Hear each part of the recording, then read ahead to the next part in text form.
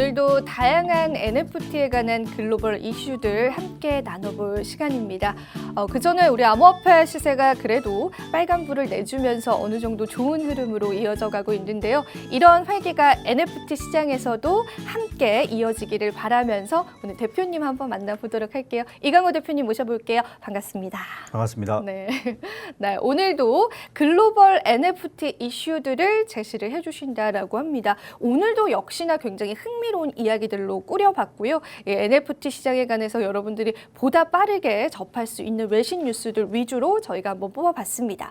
오늘 첫 번째 이야기부터 한번 나눠볼 예정인데요. 마돈나가 좋아하는 NFT에 관한 이야기들 오늘 한번 들어보도록 하겠습니다. 네. 그 BAYC 항상 제가 BAYC 네. 얘기를 많이 하는 것 같습니다. 그 마돈나도 BAYC에 좀 열광을 하고 있는데요. 네. 마돈나가 열광한 BAYC가 따로 있었습니다. 오. 좀 몽환적인 털 색깔을 가지고 있고요. 그리고 무지개 이빨을 가지고 있고, 그리고 가죽 자켓과 가죽 모자를 쓴 NFT가 있는데, 오. 마돈나가 그 NFT를 보면서 남들이 말하기를 이 NFT는 나를 영감으로, 나를 모티브로 만들어진 NFT로 알고 있다라고 하면서 그 NFT에 대해서 상당히 열정을 보였었는데 마돈나 팬이 그 NFT를 구매를 했습니다. 구매하고 마돈나한테 이제 준 건 아니고 마돈나한테 팔려고 했죠. 팔려고요? 네, 팔려고 했는데 그 가격이 800이더. 예. 너무 비싼 거 아니에요? 네, 대략 이제 엄청나게 비싸죠. 네, 우리나라 돈으로 대략 한 15억이 넘는 돈인데요. 그 좌측에 나오는 그게 마돈나가 살려고 했던 NFT인데 그 뉴가랩스가 이 얘기를 듣고 그런 얘기를 했어요. 우리는 어떤 사람을 대상으로 모티브로 이 그림을 설계하거나 디자인한 건 아니다. 하지만 우리의 원숭이 안에서 누군가가 자신의 모습을 찾는 거가 있다라고 한다면 그건 상당히 환영할 만한 일이다라고 얘기를 했습니다.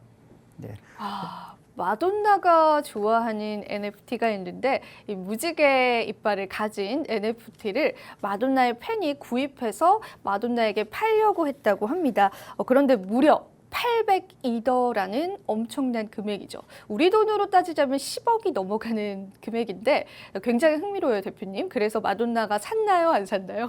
네. 그거가 너무 이제 비싸다라고 이제 안 샀고요. 안 샀어요. 네, 문페이를 통해서 다른 BAYC를 구매를 했습니다. 아까 화면에서 나왔던 오른쪽에 있는 그것도 보면은 모자는 동일한 모자를 쓰고 있는데 나머지가 좀 다르죠. 네, 입도 다물어 있고 가죽 자켓을 입지 않고 이제 티셔츠를 입은 저 NFT를 마돈나가 문페이를 통해서 182더에 구매를 했습니다.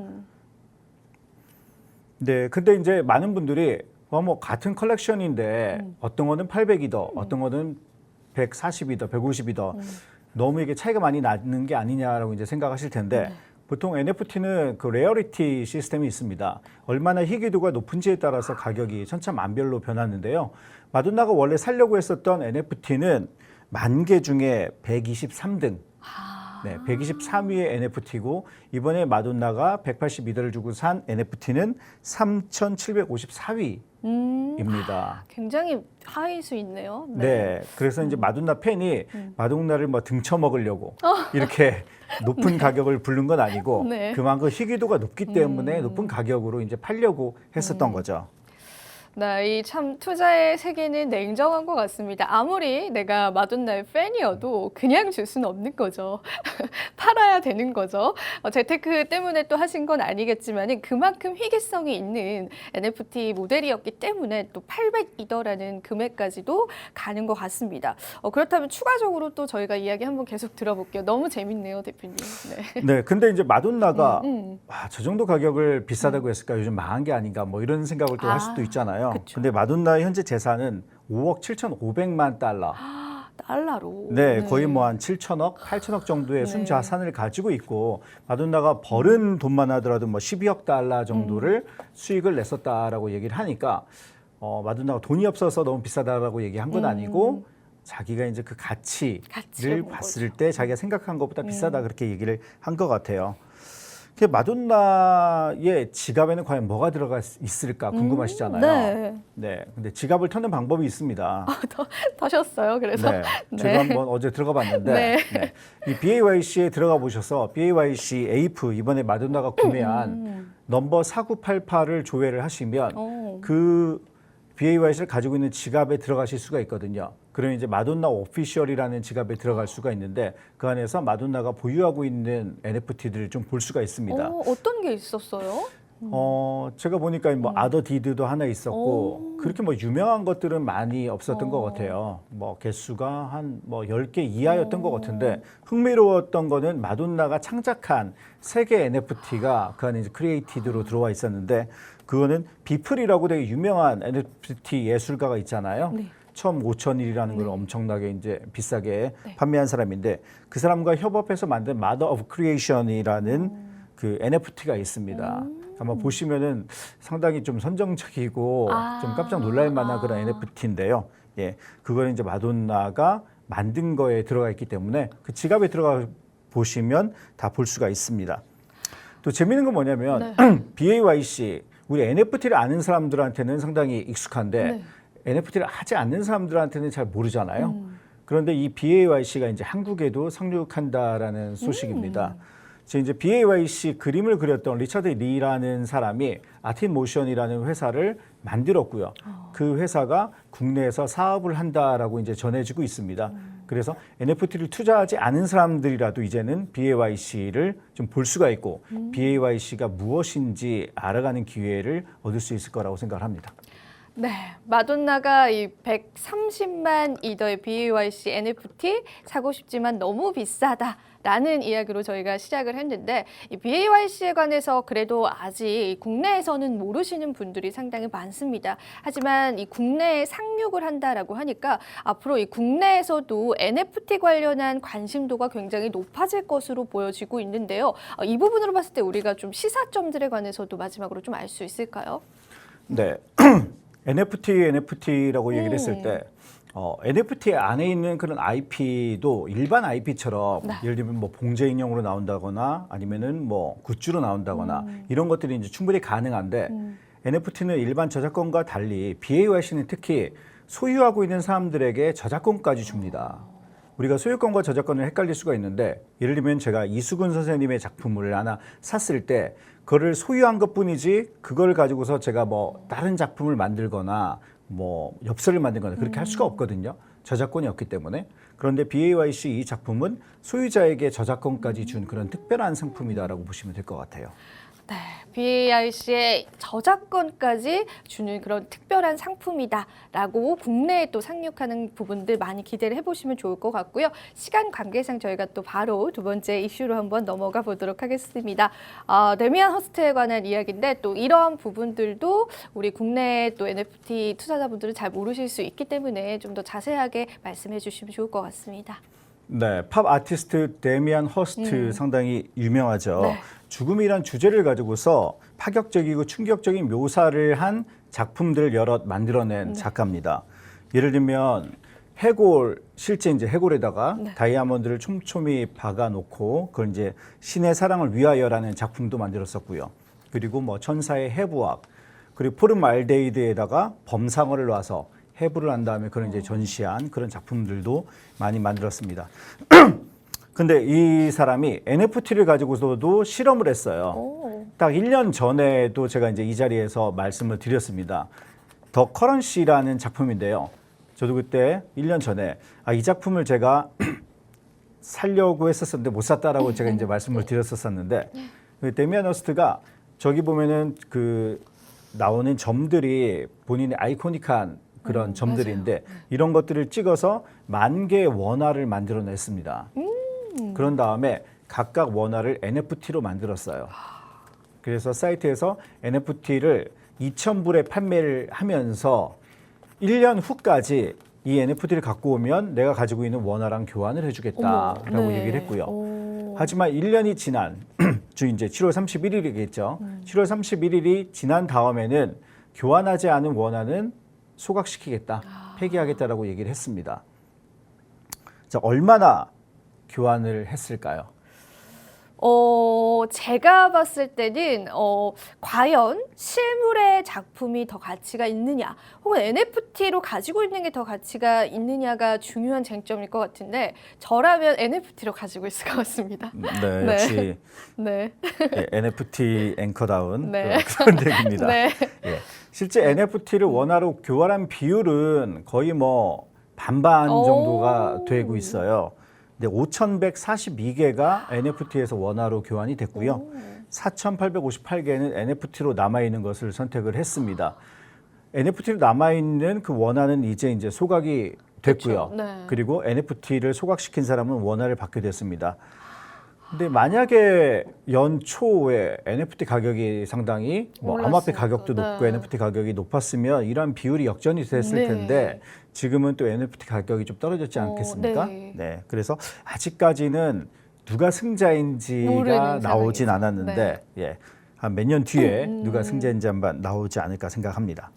네, 그럼에도 불구하고 이 절반의 비율이다라는 거는 앵커인 제가 봤을 때는 굉장히 좀 높은 비율로 생각이 됩니다. 과연 실제 실물을 가질 것이냐 아니면 NFT를 가질 것이냐에 관해서 어떤 테스트였다라는 생각이 드는데 5대 5의 비율이다라고 한다면은 이 원화가 존재했던 역사와 또 NFT가 존재했던 역사의 비율로 봤을 때는 굉장히 큰 비율이다라는 생각이 들거든요. 우리가 이 부분을 봤을 때 또 어떤 점들을 좀 시사해 볼 수 있을까요? 네, NFT를 원화로 바꾸려고 하는, 즉 원화를 뭐 다시 NFT로 바꾸려고 하는 그런 시도들이 네. 몇 번 시행이 됐었고요. 일부 뭐 경매에서는 소더비에서 원 작품을 훼손하면서 NFT로 만드는 그런 사건까지 있었잖아요. 네. 근데 최근에는 그러한 사건들이 별로 없는 이유는 아까 제가 말씀드린 것처럼 이 저작권과 소유권 때문에 그런 것 같아요. 네. 그 전에는 내가 이 작품을 갖고 있으니까 내 작품을 태워서 NFT를 만드는 게 상관없겠지라고 이제 생각을 했었는데 이제는 그 저작권을 가지고 있는 사람이 허락하지 않으면 NFT를 만들 수가 없어요. 그냥 내가 이 그림, 명화를 하나 샀는데 그 명화에 대한 저작권을 갖고 있는 사람이 있다. 하지만 이건 내 거니까 내 거 없애고 내 거 만들게가 안 되는 거예요. 네. 그러니까 이러한 시도들은 점점 없어지면서 이제는 소유권의 개념으로 계속해서 이제 나오다 보니까 이러한 시도는 점점 없어지는 것 같습니다. 네, 오늘 또 시사점까지도 체크를 해주셨는데 오늘 굉장히 좀 이슈들이 너무나 흥미로워서 저도 빠져들면서 좀 듣고 있는 것 같습니다. 마지막 이슈도 굉장히 흥미로워요. 저희가 이슈를 통해서도 이 NFT 담보에 관해서도 좀 한번 다뤄드린 적이 있었는데 오늘 세계 최초의 담보 NFT가 출시됐다라는 이슈들도 한번 다뤄보도록 하겠습니다. 네. NFT의 가치에 대해서 많이 언급을 합니다. 네. 지금 이 NFT는 얼마만큼의 가치가 있는지, 네. 그리고 NFT가 좀 출시될 때부터 가치를 평가할 수 있는 방안이 없지 않은지 이런 것 때문에 많은 경영학자들이 사실은 뛰어들어서 NFT 가치 평가 표준을 만들려고 하고 있습니다. 근데 잘 안 되죠. 네, 그쵸. 왜냐면은 NFT가 현재는 많은 사람들이 예술로서 받아들이고 있는데 특정한 그림에 대한 가치를 경영학자들이 들어와서 어떠한 것 때문에 그쵸. 이거는 얼마다라고 얘기하기는 쉽지 않지 않습니까? 예. 그래서 지금까지는 명확하게 특정 NFT에 대한 가치를 판단하는 그러한 기법은 나오지 않았습니다. 근데 일부 사이트에서는 NFT를 담보로 스테이블 코인을 대출을 해주거든요. 맞아요. 그래서 뭐 유망한 NFT, 뭐 크립토 펑크라든지 BAYC 두들 같은 경우에는 그걸 맡겨놓고 스테이블 코인으로 대출을 할 수가 있습니다. 이때 기준은 뭘 것 같으세요? 기준은 아무래도 이 바닷가로 보통 기준을 잡는다라고 알고 있거든요. 네, 아주 네. 예, 영리하십니다. 예. 네. 그 특정한 네. 기준이었기 때문에 그 우리가 거래소에 가보면 플로 프라이스라고 네. 바닷가가 네. 있잖아요. 그래서 바닷가가 대출의 기준입니다. 그런데 이 바닷가라는 게 누구 한 사람이 더 낮은 가격에 바닷가를 내놓으면 기준 자체가 쉽게 바뀌거든요. 그렇죠. 네. 그래서 그만큼 어떻게 보면은 너무나 탄력적이고 신뢰성이 없다라고 볼 수가 있어요. 예, 그래서 이번에 쿱닷컴이라는 데에서는 사회활동 증명이라는 것을 새로 이제 개발을 했습니다. 그래서 마이크로 비디오로 NFT를 만든 다음에 그 비디오를 이제 올려놔요. 그런 다음에 그 비디오를 얼마나 많이 보느냐, 그리고 공유를 하느냐, 그리고 그 비디오에 대해서 얼마나 많은 커멘트를 다느냐, 즉 얼마나 인기 있는 NFT냐에 따라서 이 NFT 가격을 이제 결정한다고 한다면 그냥 다른 바닷가로 그냥 임의적으로 형성된 바닷가로 결정하는 것보다 훨씬 더 과학적이고 뭐 타당하지 않겠느냐라고 설명을 했습니다. 그래서 이거 이제 watch to earn 모델이라고 하는데요. 보는 사람도 리워드를 받고 그리고 그 비디오를 창작한 사람도 리워드를 받는 그런 방식의 NFT가 NFT입니다.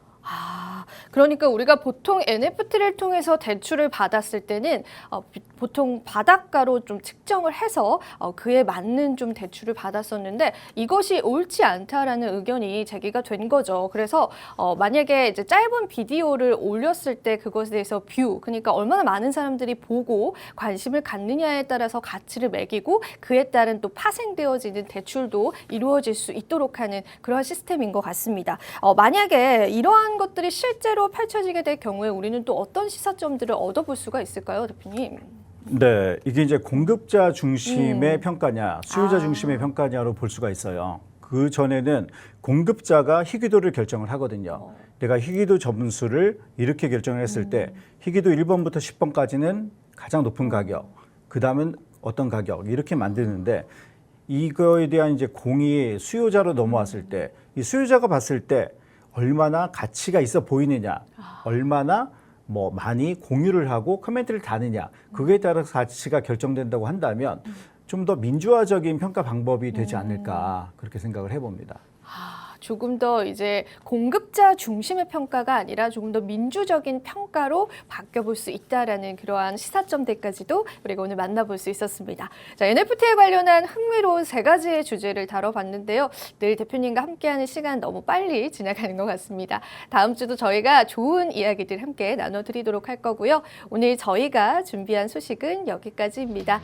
마지막으로 본 방송에서 제공하는 정보는요. 가상자산의 가치 또는 상승 하락을 보장하고 있지 않다라는 점 다시 한번 유의 부탁드리고요. 저와 대표님은 다음 주 이 시간에 다시 찾아뵙도록 하겠습니다. 오늘도 시청해주신 여러분 고맙습니다.